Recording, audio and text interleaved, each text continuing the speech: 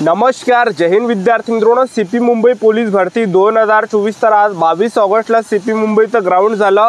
तर आज भरती कशा प्रकारे झाली 22 ऑगस्टला या ठिकाणी तुम्ही या ठिकाणी किती वाजता रांगेमध्ये लागले, तर किती वाजेपर्यंत मुलांचा आज ग्राउंड झाला आणि ग्राउंडच्या अंदर किती वेळपर्यंत मुलांना आज बसून ठेवलं 22 ऑगस्टला।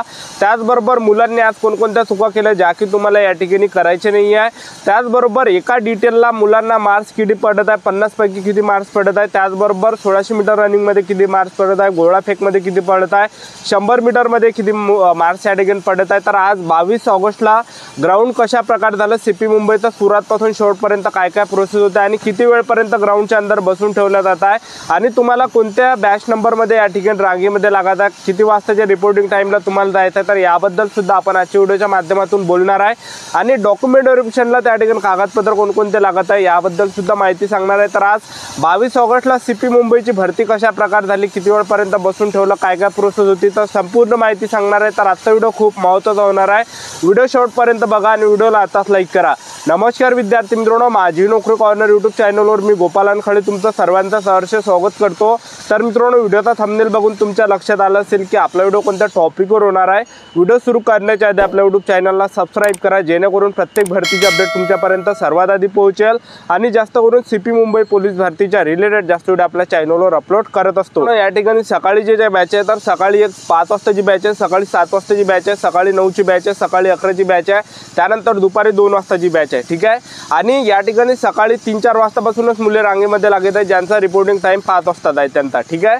आणि 5 वाजतापासून गेटच्या अंदर मुलांना त्या ठिकाणी घेतलं जातं आणि तुम्ही जर समजा 5 वाजता जर समजा तुमचा रिपोर्टिंग टाइम जर असेल या ठिकाणी 9चा 11चा किंवा तुमचा 2 वाजताचा रिपोर्टिंग टाइम असेल किंवा 7 वाजताचा असेल आणि तुम्ही 5 वाजता जर त्यांना दिसले रांगेमध्ये, तर तुम्हाला जे पोलीसवाले जे विद्यार्थी मित्रांनो तिथून हाकलणार आहे आणि तुम्हाला ते एकच म्हणणार आहे की तुम्ही आपापल्या रिपोर्टिंग टाईमवर जा। म्हणजे तुम्हाला सांगायचं एवढंच की एकदम सकाळी त्या ठिकाणी रांगेमध्ये लागू नका, कारण की ते ओळखून घेते। तर तिथं फक्त सकाळी 5 वाजताची बॅच घेता 5 वाजता, बाकी तुम्ही 6 वाजता गेले तर काही प्रॉब्लेम नाही, 6 वाजता तुम्ही रांगेमध्ये लागले तर काही प्रॉब्लेम त्या ठिकाणी येणार नाही आहे। तर 6 वाजता तुम्ही या ठिकाणी रांगेमध्ये लागा, ज्यांचा रिपोर्टिंग टाईम सकाळी या ठिकाणी 7 वाजताचा असेल किंवा 9 वाजता असेल किंवा 11चा असेल किंवा 2चा जरी असेल, तर तुम्ही सकाळी 6 वाजता त्या ठिकाणी रांगेमध्ये लागा, जेणेकरून तुमचं ग्राउंड लय लवकर या ठिकाणी होणार आहे।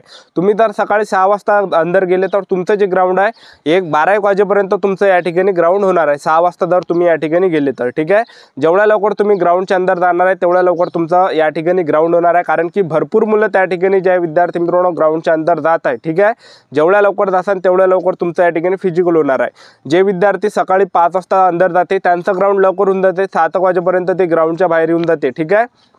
आणि तुम्ही जर या ठिकाणी जर समजा 9, 10, 11 वाजता जर तुम्ही रांगेमध्ये लागले किंवा 12 वाजता रांगेमध्ये लागले, तर तुमचं ग्राउंड जे 4-5 वाजताच्या पुढे त्या ठिकाणी होणार आहे, ठीक आहे। तर ह्या गोष्टीचं तुम्हाला या ठिकाणी लक्ष ठेवायचं आहे। जो तुमचा रिपोर्टिंग टाईम आहे त्याच्या अगोदर तुम्ही या ठिकाणी जास्त त्या ठिकाणी लेट जाऊ नका, जेवढे लेट जाणार आहे तेवढे तुमचं या ठिकाणी जे विद्यार्थी मित्रांनो लेट ग्राउंड या ठिकाणी होणार आहे आणि जास्त वेळपर्यंत तुम्हाला बसून ठेवलं जाणार आहे। तर सर्वात अगोदर गेटच्या अंदर घ्यायच्या वेळेस तुम्हाला वरतं 2च डॉक्युमेंट ठेवायचे, एक आपला आधार कार्ड ठेवायचा आणि एक आपलं हॉल तिकीट ठेवायचं आणि हॉल तिकीटला फोटो वगैरे तुम्ही चिपकून घ्या।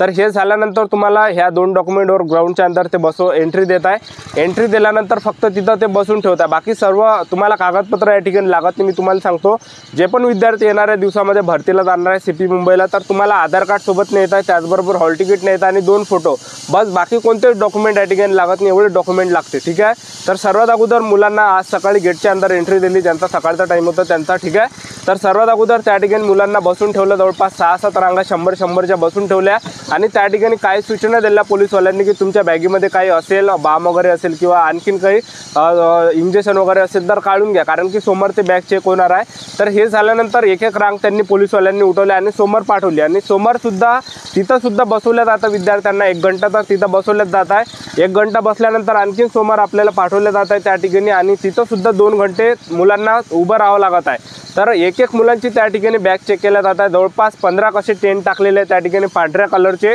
आणि त्या ठिकाणी एक विद्यार्थ्यांची त्या ठिकाणी बॅग चेक केली जात आहे। तुमच्या बॅगीमध्ये जर काही गोळ्या वगैरे असेल, बाम वगैरे असेल तर ते काढून घेते, ठीक आहे। तर अगोदरच तुम्ही हे सोबत नेऊ नका, ज्यांचं सुद्धा येणाऱ्या दिवसामध्ये ग्राउंड आहे, तर बाम वगैरे झाला, काही गोळ्या वगैरे झालं, हे बॅगीमध्ये नेऊ नका, कारण की ते सगळं ते फेकणार आहे, ठीक आहे। तर हे झाल्यानंतर आपली बॅग चेक केल्यानंतर आपले खिशे सुद्धा ते चेक करत आहे। खिशे चेक केल्यानंतर समोर ते पाठवत आहे प्रोसेसिंगसाठी। समोर एक मोठा टेंट टाकलेला आहे ज्यामध्ये 2,000 मुलं बसू शकते आणि त्याच्याच बाजूने संडास बाथरूमचे सुद्धा टेंट त्या ठिकाणी टाकलेले आहे। आणि तिथं सर्वात अगोदर आपल्याला ते बॅगा ठेवावं लागते।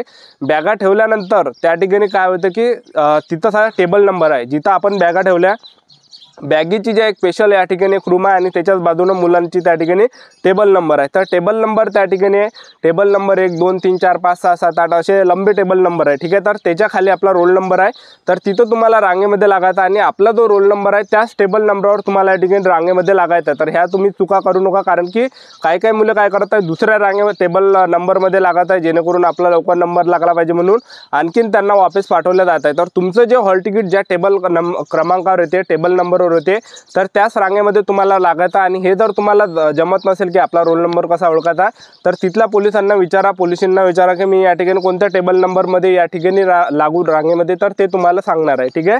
तर त्या टेबल क्रमांकावर आपल्याला रांगेमध्ये लागायचं आहे आणि त्या ठिकाणी रांगेमध्ये लागल्यानंतर आपला त्या ठिकाणी नंबर आल्यानंतर तुमचा नंबर आल्यानंतर त्या फोटो वगैरे त्या ठिकाणी चिपकवल्या जातात, आपली सिग्नेचर घेतल्या जात आहे तिथं।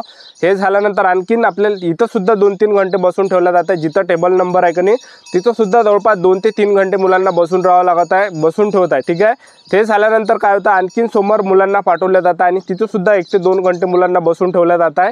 आणि त्या ठिकाणी होता हाईट, तर हाईटमध्ये सुद्धा मुलं बाहेर होता, हाईटमध्ये जास्त मुलं काढत आहे, छातीमध्ये सुद्धा भरपूर मुलं त्या ठिकाणी काढत आहे, कारण की डिजिटल मशीन आहे उंची छाती मोजायची, छाती सुद्धा ते मोजत आहे, ठीक आहे। आणि हे झाल्यानंतर ते मशीनमध्ये दाखवते की आपली उंची किती, आपली छाती किती, आपलं वजन किती, सर्व त्या मशीनमध्ये दाखवते।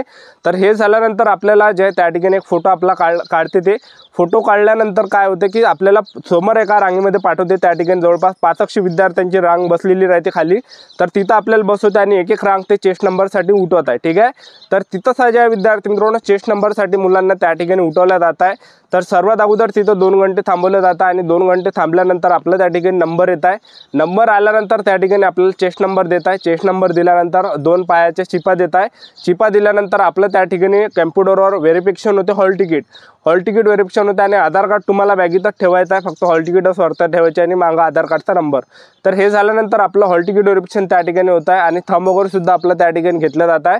थंब वगैरे घेतल्यानंतर त्या ठिकाणी आपला फोटो सुद्धा काढला जातं आणि जे चिप आहे तर चिप सुद्धा ते आपल्या पायाच्या स्कॅन केलं जात आहे दोन्ही ठिकाणचे आणि आपली एक सिग्नेचर त्या ठिकाणी घेतली जात आहे। हे झाल्यानंतर पुढे आपल्याला पाठवते एक डिटेल त्या ठिकाणी बनत आहे, आपलं त्या माईकमध्ये नाव अनाउन्समेंट होते, ठीक आहे। आणि आपल्याला एका डिटेलमध्ये घुसायचं 50 मुलांच्या, ठीक आहे। आणि एक पोलीसवाला 50 मुलांची डिटेल त्या ठिकाणी घेऊन जाते इव्हेंटसाठी। तर पहिला इव्हेंट आहे आज घेतला त्यांनी 100 मीटर, 100 मीटरला 4 मुलं ते सोडत आहे। 100 मीटर झाल्यानंतर लगेच 5 ते 10 मिनिटांनी तुमचं 1600 मीटर रनिंग होत आहे। 1600 मीटर रनिंगला 3 डिटेल ते सोडत आहे, 150 मुलं ते सोडत आहे, 2-2 मुलं ते एका टाइमला सोडत आहे, 2-2 मुले ते सोडत आहे त्या सेन्सरपासून, ठीक आहे। तर 150 मुलं ते एका टाइमला सोडत आहे 1600 मीटर रनिंगसाठी, 3 बॅच त्या ठिकाणी सोडत आहे। आणि तुम्हाला 1600 मीटर रनिंग मारायच्या वेळेस कोणकोणत्या चुकांनी करायच्या, तर तुम्हाला ट्रॅकच्या बाहेरून धावायचं नाही, कारण की गर्दी वगैरे असते, तर तुम्हाला ट्रॅकच्या अंदरून तुम्ही धावा, जेवढे तुम्ही ट्रॅकच्या अंदरून धावतात तेवढं तुमचं अंतर कमी येणार आहे, तेवढेच तुम्हाला या ठिकाणी मार्क जास्त भेटणार आहे। तर ह्या गोष्टीचं लक्ष ठेवायचं आहे। आणि हे झाल्यानंतर 1600 मीटर रनिंग झाल्यानंतर त्या ठिकाणी 5-10 मिनिटांना गोळा फेक होता, गोळा फेकला 3 चान्स आहे। आणि हे झाल्यानंतर सर्वात शेवटी मुलांना त्या ठिकाणी मार्क्स दाखवते की आपल्याला किती मार्क्स भेटले आणि प्रत्येक याच्यावर आपल्याला सिग्नेचर करावं लागतं आहे, गोळा फेकवर 100 मीटरच्या लिस्टमध्ये, त्याचबरोबर 1600 मीटर रनिंगच्या लिस्टमध्ये, ठीक आहे। आणि मुलांना या ठिकाणी जे विद्यार्थी मित्रांनो CP मुंबईला खूप कमी मार्क्स या ठिकाणी पडत आहे, जसे पाहिजे तसे मार्क्स या ठिकाणी मुलांना पडत नाही आहे, ठीक आहे। 50 पैकी जवळपास यामध्ये म्हणजे रनिंगमध्येच मुलं त्या ठिकाणी कटतात, म्हणजे 10, 15, 20 मुलं जे आहे रनिंगमध्येच म्हणजे थांबून जाते, म्हणजे दुसऱ्या राऊंडले तिसऱ्या राऊंडले ते त्या ठिकाणी थांबत आहे। आणि बाकीचे जे काही विद्यार्थी तर बाकीचे विद्यार्थ्यांचा म्हणजे जवळपास 20 मुलांचं जे फिजिकल आहे हे जे विद्यार्थी मित्रांनो 30 पर्यंत पडत आहे, 25 पर्यंत पडत आहे, 20 पर्यंत पडत आहे, 18 पर्यंत पडत आहे, म्हणजे 20, 24, 26 पर्यंत जास्त म्हणजे 30 मुलांचं या ठिकाणी फिजिकल बसत आहे। आणि बाकी 10 विद्यार्थ्यांचं जे ग्राउंड आहे 32 झालं, 34 झालं, 36 झालं, अशा प्रकारे जे विद्यार्थ्यांचं बसत आहे 30च्या वरतं, ठीक आहे। आणि त्यामधले असे बाकीच मोजकेच फक्त मुलं आहे त्यामध्ये, म्हणजे जवळपास 4-5 असे मुलं आहे की त्यांचं ग्राउंड 40च्या वरतं आहे, 41 झालं, 43 झालं, 42 झालं, अशा प्रकारे मार्क्स पडत आहे। तर अशा प्रकारे जे 22 ऑगस्टला CP मुंबईचं ग्राउंड झालं, तर ही होती संपूर्ण महत्त्वाची माहिती। तर आपले YouTube चॅनल सबस्क्राईब करून ठेवा, CP मुंबई पोलीस भरतीबद्दल वेळोवेळी अपडेट तुम्हाला देत राहणार आहे। आजच्या इथंच थांबतो, भेटूया नेक्स्ट व्हिडिओमध्ये। जय हिंद, जय